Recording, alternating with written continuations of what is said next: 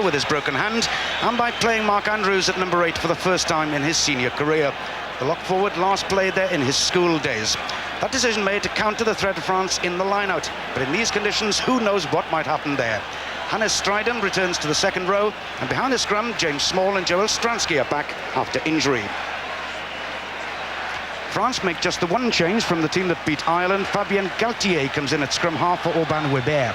Outside half, Christophe Delors keeps his place despite poor displays, because coach Pierre Berbizier feels he's best at getting the three-quarter line moving. But it'll be his kicking skills that will be tested today. In the centre, Philippe Sella wins his 110th cap. On the bench, South Africa have number 8 Rudy Strowley ready for action should the Andrews experiment not work out, while France had the experience of Frank Menel available to provide midfield options. It's the game underway for South Africa. A touch by Olivier Merle on that ball for France, preventing it going out on the full. Typical sweeping run by him. Hans Durant the prop in there. This is a tremendous start by the box. Clovis Spieser goes on. Van der Westhuizen again. Into Francois Pienaar. South Africa just a few meters out from the French line. Stransky held up as Joubert in support, but Derek Bevan is going to bring them back for an offside decision against the French.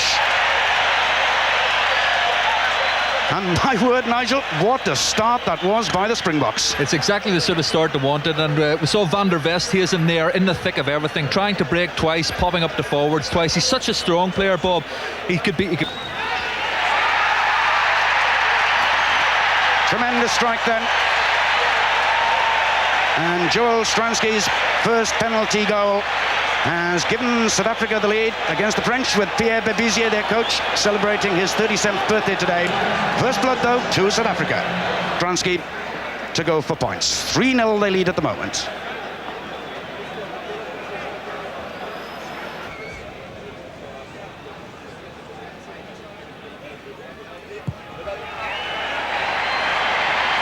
The wind whistling around and making it very difficult indeed. There fall Joel Stransky from that side. So Sella, the half break. As the rain now comes pouring down. Delors into space. That's a nice kick. And really, conditions already getting very, very difficult indeed. Bevan. So another penalty then against France. And I'm sure again that Joel Stransky will go for goal.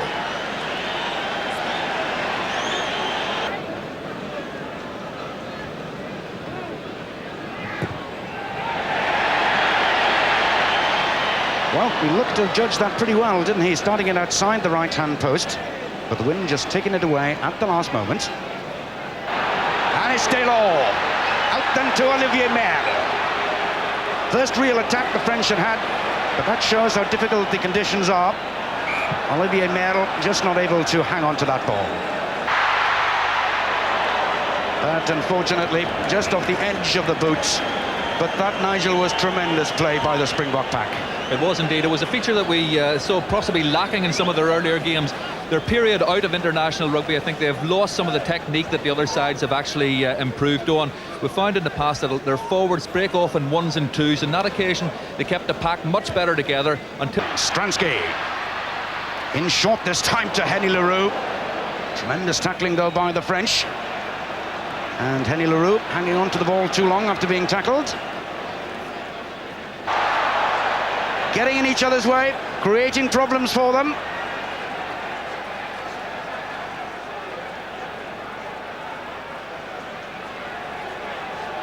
Titanic struggle for the ball between the two sets of forwards. Before, in the end, the referee, Derek Bevan, has to call a halt. And we could see controls it. To Galtier, suddenly up from fullback. Heavily outnumbered, though. And a chance for Van der Westhuizen to break. To Joubert. Keeping the ball alive. But Saint-André, the French skipper's back. Looks a pretty useful kick. Almost bounced into touch. Maybe he took a wrong option there. But the possession is still there for the Springboks. Rosso, the hooker. aided by Durant. Creer is in there too.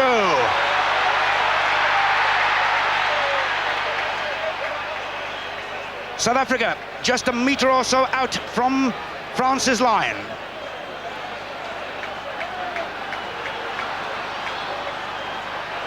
Turning was Bisa. Try awarded.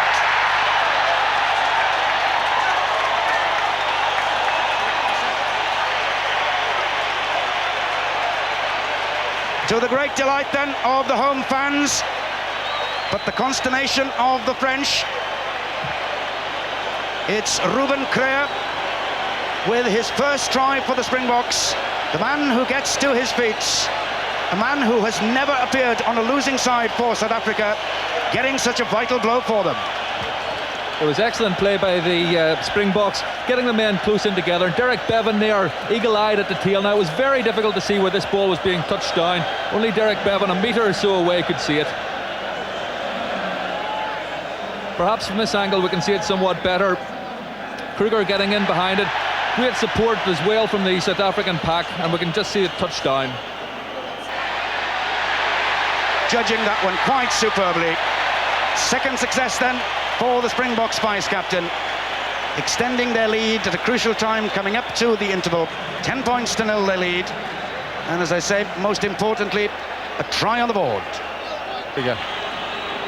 Yes, Califano, the prop, as well involved in there in that incident with Joost van de Westhuizen. Just a little wink from Van der Westhuizen may well suggest that there was a little bit of a Hollywood there as well.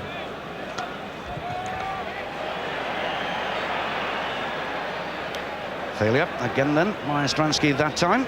Williams is there as Caban came through on him, but just a glimmer of a chance there for the French.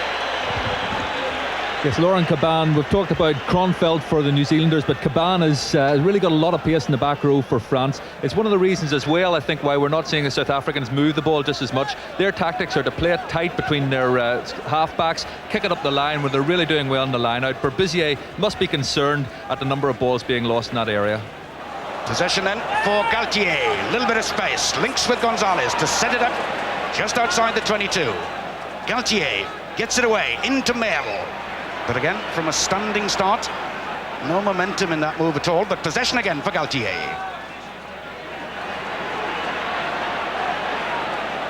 Ntamak this time sets it up. This time it's the Springboks who are penalised. Offside decision against their forwards.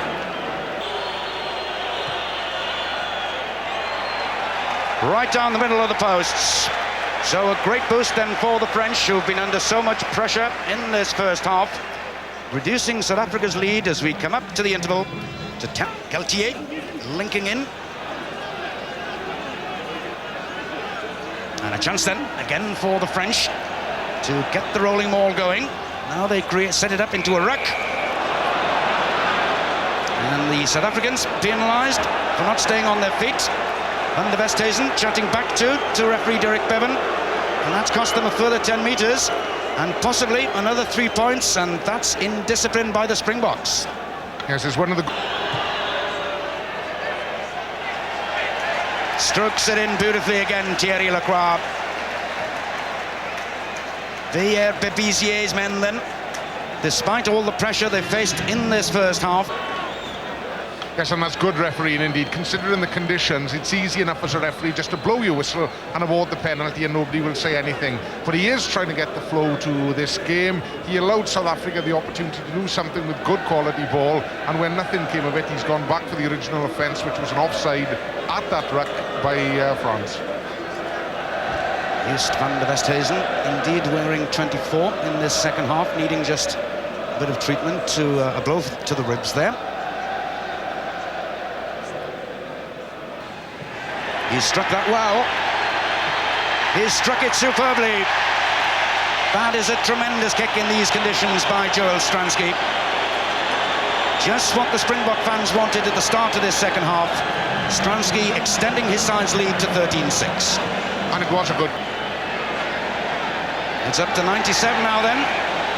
Getting ever nearer to Gavin Hastings' total. And France are back in the game once more. What a surprise. setting up the ruck beautifully. Van der Westhuizen in short again to Visser. Good tackling by the French, but again the Springboks have the possession. Henny Leroux's kick into space. Terrible problems for the French defence in these diabolical conditions.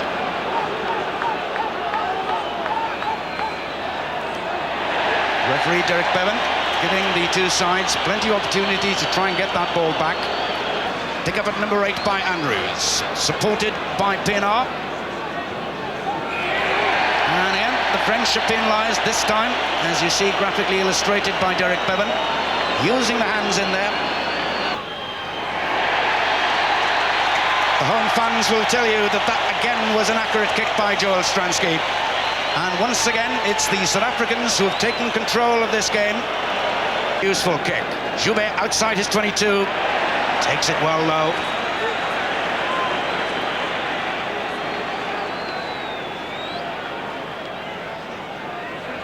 Joubert needing the support of his back row to get that ball clear. Ball taken by the pickup by Session at the back of the scrum for France. Rather isolated though, but Galtier gets it away, slipping it in to Gonzalez, the hooker. Frenchman though running into his own man, so an accidental offside. William Taylor puts up the testing kick. That's a real beauty. Chance here for Intermac. Nope, knocked on. Well, the French really threatening for the first time in this half. Well, the coolest man on the field there, look, is referee Derek Bevan. He saw that Intermac actually knocked the ball forward before he... This is certainly better play by the French. They must keep that ball moving. Even if it stops for a second, then the referee has to blow up. In fact, the South Africans in the end were penalised for going in on the side of the maul. Up to the 100-point mark for the tournament. No mistake. Thierry Lacroix maintains his 100% record then in this game. It's his successfully this time.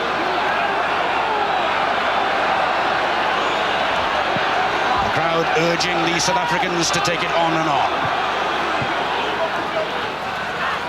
Pienaar, the skipper, on the drive. Johan Roux.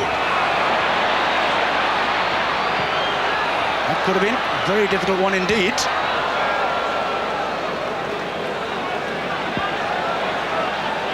Just getting enough downward pressure on the ball. The kick for Intermac. Not a good one though. Intelligent play again by Joubert. Session comes across. France, though, still under tremendous pressure. Tremendous play once again by Andre. Sets it up for them again. Creer, the try scorer in the first half. Tackling by Banazi that time was pretty solid. But possession again for the Springboks.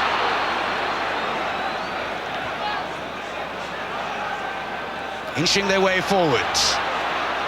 Durant this time, the prop. Pienaar, they have to keep it tight, looking for the man close on for support. Joubert, the kick for Small. And it really is a lottery in there, isn't it? Yapi Mulder this time.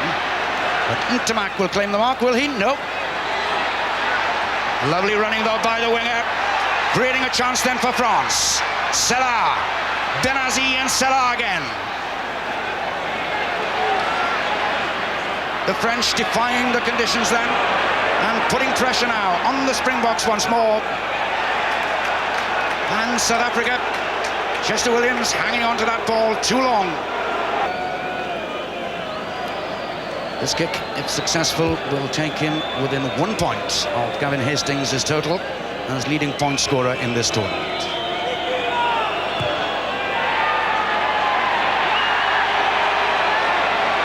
Just held up by the wind that time.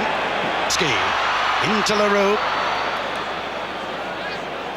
Taken on then by Os Durant, the prop. This is a good position for the Springboks. Stransky.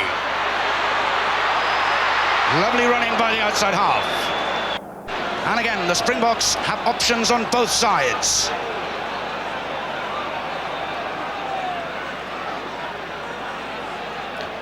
Roux, the kick for Chester Williams and for Mulder. South Africa just short of the French line. Tremendous pressure on France. But the French do have the possession. And finally, Hooker Gonzalez goes in there. But the touch judge, Wayne Eriksson from Australia, is in from the far side.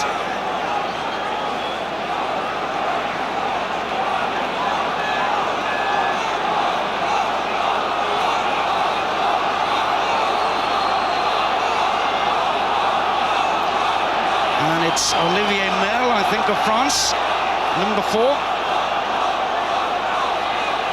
Derek Bevan calling Merle to him.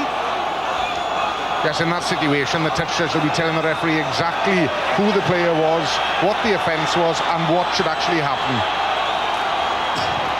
High drama again then in this game as Derek Bevan calls Olivier Merle, the French lock forward, to him, suggesting a punch. And Derek Bevan's decision is just a penalty to South Africa. Very sweetly struck indeed by the vice-captain of this Springbok side. And suddenly a bit of breathing space for Mohamed du Plessis' men. Final in Durban. Taylor. Joubert underneath it. Well, what an afternoon Andre Joubert has had for South Africa. Philippe Salam, who hasn't touched the ball for quite some minutes in these difficult conditions, unable to hang on to it. But stolen back by France. But of course, Derek Bevan had to whistle. No, the possession is there again then for France. Taylor. The kick into space by Lacroix for Saint-André. But no great problems again for Andre Joubert. Sissillon is in there, the number 8, trying to roll them all.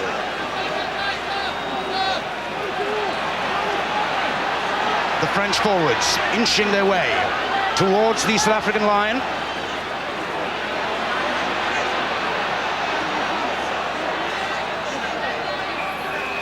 Still keeping the ball moving. No, in fact, says the referee, it came to a stop. That ball goes to South Africa. Taylor, the little slip pass to Merle this time. Galtier has a look to Delors. That's a terrible kick once again by the outside half, though.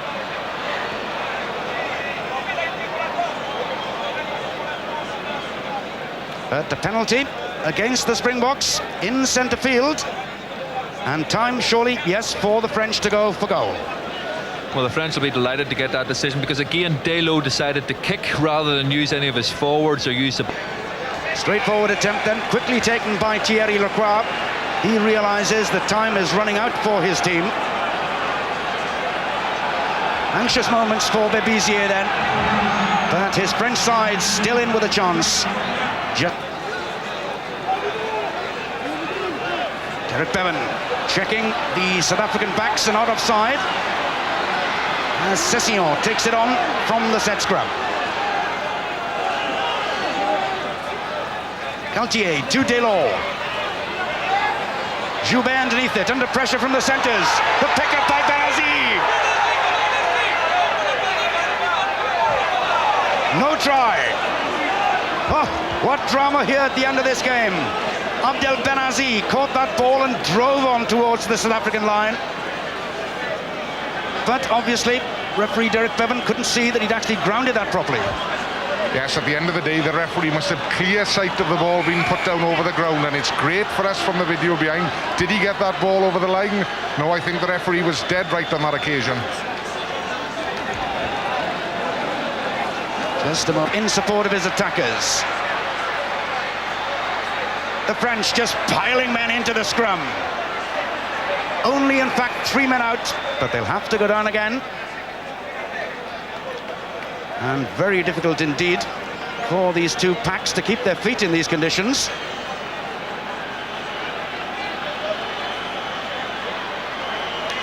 This match in Durban going right down to the wire.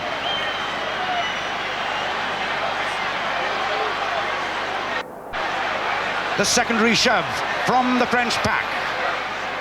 But again, it's gone round 90 degrees, and again, Derek Bevan asks them to go down. Yes, we can see in the scrummage that both Pinar and Kruger are looking over the side. They're trying to put their weight to the scrum, but they're concerned about somebody breaking around the side. This gives France the advantage and the extra weight and driving over the line. This time, the fullback Sadoni has taken an orthodox position in the three-quarter line, as we are now half a minute into injury time at the end of the game. 19-15 to South Africa. The crowd here at Kings Park, Durban, on the edge of their seats. Again, Derek Bevan has gone over to check the Springbok scrimmaging, make sure they don't collapse it. Lacroix held up by the South African tacklers.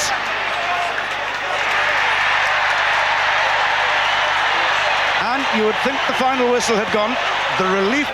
This time it's a defensive ball. But again, Derek Bevan, as the laws insist, has to tell them to go down again.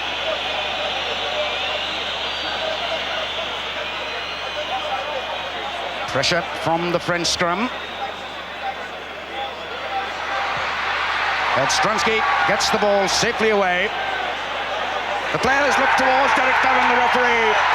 And the Springboks, in their first World Cup, have made it through to the final with this dramatic victory here in Durban over South Africa.